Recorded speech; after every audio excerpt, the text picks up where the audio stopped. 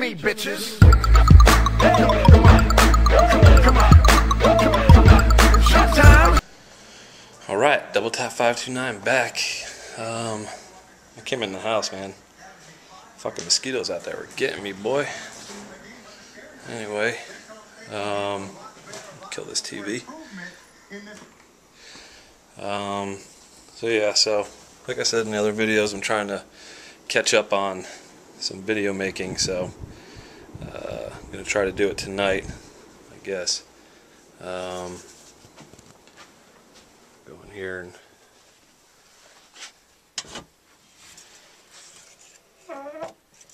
see here.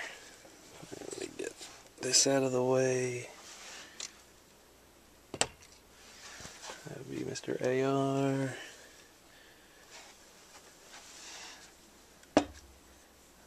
Get Mr. 8K out of the way. And I'm going to show you this one, of my most favorite guns would be, put him on the ground right here. This guy. In my other videos, I guess you guys heard me talk about that Mosin Nagant that's a part in my garage. It's one of my project Mosins. I still haven't gotten around to, whatever.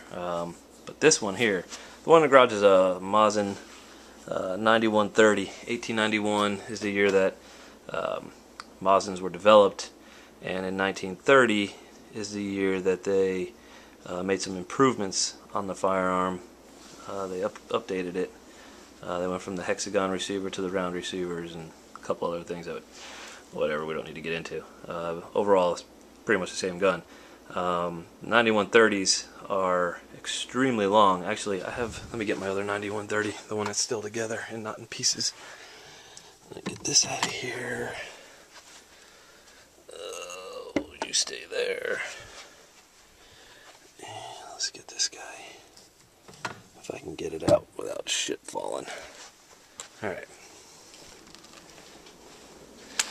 Let's see here. Alright, so the top one is a 1891-30 Mosin Nagant. Okay, the bottom one is a Mosin Nagant M44, the carbine version. It's a lot shorter. See if I can get them together for you guys. Something like that. So, as you can see, the length difference. They both shoot the same round. It's a chambered in 7.62 by 54 rimmed. It's a rimmed cartridge, but it's a fun cartridge. I mean, this top gun here, that was made in 1943, I believe, and that's a Tula. And this bottom one here was made in 1946. It's M44, and that was made at the Izmachek, whatever the hell the other name of that arsenal is over there in Russia. I don't know how to pronounce it. Whatever. The 9130s, they have bayonets that come with them. They slip over the front and they kind of lock into place, whereas the M44, the bayonet is attached. If I can do this one-handed.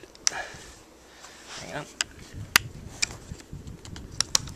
It is attached to the gun. So it just folds off the side, locks over the barrel, just like that. That makes it quite a bit longer. These guns are awesome. The 9130s, you know, they were more meant for the long range shooting. The M44 is the carbine version, more for trench warfare back then. But the M44 is an ass kicker, and that gun right there punches you hard. The 9130, when you fire that thing off, I mean, you're shooting a big round. It's the 7.62-54 is very comparable to the 308. 308 is a 7.62 by 51 NATO. So 7.62 by 54, just a tad bit larger, not much. A little bit more powder grain, I believe, in the 7.62 54s. But very comparable to a 308. And they put, let me get some more light over here if I can. On the back of these, they have steel butt plates.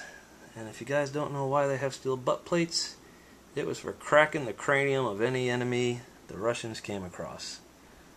That was a skull splitter. Now it's a shoulder breaker. That's what they're used for now. Very fun guns. Kick the shit out of you.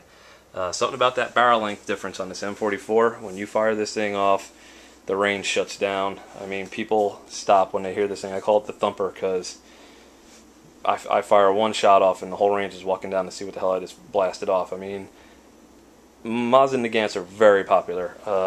Damn near everybody I know has one. Very inexpensive firearms. But the M44s have become somewhat obsolete, and the 9130s are everywhere. If you could find an M44, it's rare. I mean, you see them still at gun shows and whatnot. I got this one about 10 years ago, and I paid $70 for it. And now, if you could find one in good condition, they're going for anywhere from $200 to $250. Where I could still pick up these 9130s for anywhere from $70 up to $120 all day long. And they're everywhere. So, M44s definitely difficult to find right now. In my experience, anyway. You guys might know a place to get them, but kick-ass gun. I love it. I take it out with me every time I go shooting. This gun comes with me just because I love to shoot it. The ammo is cheaper than dirt, and you can shoot it all. You know, I shoot about 10 rounds. My shoulder's had enough, and I usually save it for last after I shot everything else, just because I know that I'm going to get shaky after I shoot this thing just from the way it hits you. They say that when you fire an M44, the first shot dislocates your shoulder, and you use the second shot to relocate your shoulder for you. So, and I believe it because it packs a punch. Let me go ahead and try to get this thing back down. There we go. So, that would be the Mosin Nagant, however the hell you want to say it, Mosin Nagant M44 and the 9130, and they're both very fun guns. Like I said, I got a third one in my garage, project gun. I'll get around to it someday. I'll film it. That one's going to be my 1,000-yard gun. I got big plans for it. It won't even look like an old surplus gun when I get done with it. So this one here, my girlfriend actually bought me last Christmas. And then this was the one I was going to convert, but this one is in really, really good condition. The only two blemishes are these two dots, and it just looks, they're just little nicks in the wood. Other than that, it's in excellent condition, so I couldn't rip it apart. So I bought another one, the one that you see in my garage, and that one came in really good condition too, but that's the one I'm going to convert. I just had to pick one, so. And these guns are, by all means, very much capable of shooting 1,000+ yards. Probably not with the surplus ammo that's on the market. A lot of people are doing it with, hand-loaded or match grade 7.62. But definitely capable of shooting far. And the M44 shoots actually more accurately with the bayonet open. With that weight on the side, you seem to pull the shots to the right, open the bayonet up. You kind of look like a fool, but a lot more accurate.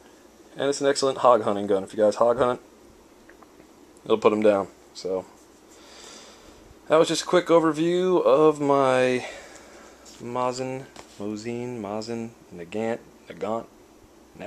or the fuck you want to call them. And that's just two of them. So anyway, I'll put those back in the safe. Any more questions? Give me a holler, PM me, subscribe. Thanks for watching my channel, and talk to you guys later. Titties and beer, Titties and beer, titties and beer. titties and beer, I thank God Almighty for titties and beer. big titties and beer.